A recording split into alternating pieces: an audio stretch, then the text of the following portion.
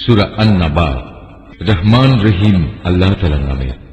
কোন বিষয় সম্পর্কে তারা একে অপরকে জিজ্ঞেস করছে?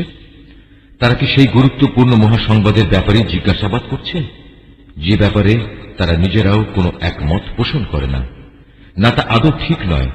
সঠিক ঘটনা এরা তো অচিরেই জানতে পারবে। আবারও তোমরা শুনে রাখো, কিয়ামত আসবেই এবং অতি সত্বরেই তারা এ সম্পর্কে জানতে পারবে। তোমরা কি আমার সৃষ্টি কৌশল সম্পর্কে ভেবে দেখনি? আমি কি এ ভূমিকে বিছানার মতো করে তৈরি করে রাখিনি? ভূমিকে স্থির রাখার জন্য আমি কি পাহাড় সমূহকে এর গায়ে পেরেকের মতো গেড়ে রাখিনি? সৃষ্টির ধারা অব্যাহত রাখার জন্য আমি তোমাদের জোড়ায় জোড়ায় পয়দা করেছি। তোমাদের ঘুমকে আমি শান্তির উপকরণ বানিয়েছি। আমি রাতকে তোমাদের জন্য আবরণ করে দিয়েছি। তার পাশাপাশি দিনগুলোকে জীবিকা অর্জনের জন্য আলোকোজ্জ্বল করে রেখেছি। আমি তোমাদের উপর 7টি মজবুত আসমান বানিয়েছি। এতে স্থাপন করেছি একটি প্রজ্জ্বল বাতি। মেঘমালা থেকে আমি বর্ষণ করেছি অবিরাম বৃষ্টিধারা, যেন তা দিয়ে আমি শ্যামল ভূমিতে উৎপাদন করতে পারি নানা রকমের শস্যদানা ও তরি তরকারি এবং সুনিবিড় বাগবাগিচা। সবকিছু শেষে এর সিদ্ধান্তকারী একটি দিনও সুনির্দিষ্ট করে রাখা হয়েছে, যেদিন সিংহায় ফু দেয়া হবে।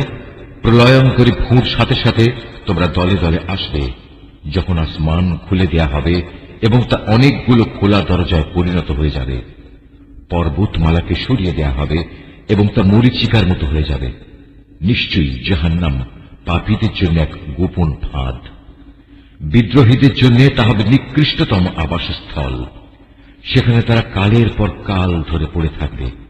সেখানে তারা কোনো ঠান্ডা ও পানীয় জাতের কিছু স্বাদ ভোগ করবে না। সেখানে ফুটন্ত পানি, পুঁজ, দুর্গন্ধময় রক্ত, ক্ষত ছাড়া ভিন্ন কিছুই থাকবে না।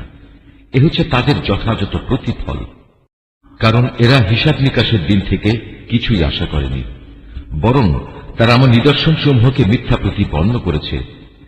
আমি তো তাদের যাবতীয় কর্মকাণ্ডের রেকর্ড সংরক্ষণ করে রেখেছি। অতএব তোমরা আযাব উপভোগ করতে থাকো। আজ আমি তোমাদের জন্য শাস্তির মাত্রা বৃদ্ধি করেই দেব। অপরদিকে পরহেজগার লোকদের জন্য রয়েছে পরম সাফল্য। তা হচ্ছে সুসজ্জিত বাগ বাগিচা, আঙুর ফলের সমারোহ। আরো রয়েছে পূর্ণ যৌবনা সমবয়সী সুন্দরী তরুণী এবং উপচে পড়া পান পাত্র। এখানে তারা কোনো বাজে কথা ও মিথ্যা শুনতে পাবে না।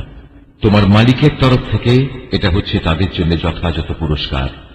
এ পুরস্কার তাঁর, যিনি আসমান সমূহ, জমিন ও এদের উভয়ের মাঝখানে যা কিছু আছে তার মালিক।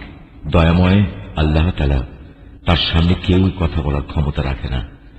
সেদিন পরাক্রমশালী মালিকের সামনে জিব্রাইল, রূহ ও অন্যান্য ফেরেশতারা সারিবদ্ধভাবে দাঁড়িয়ে থাকবে।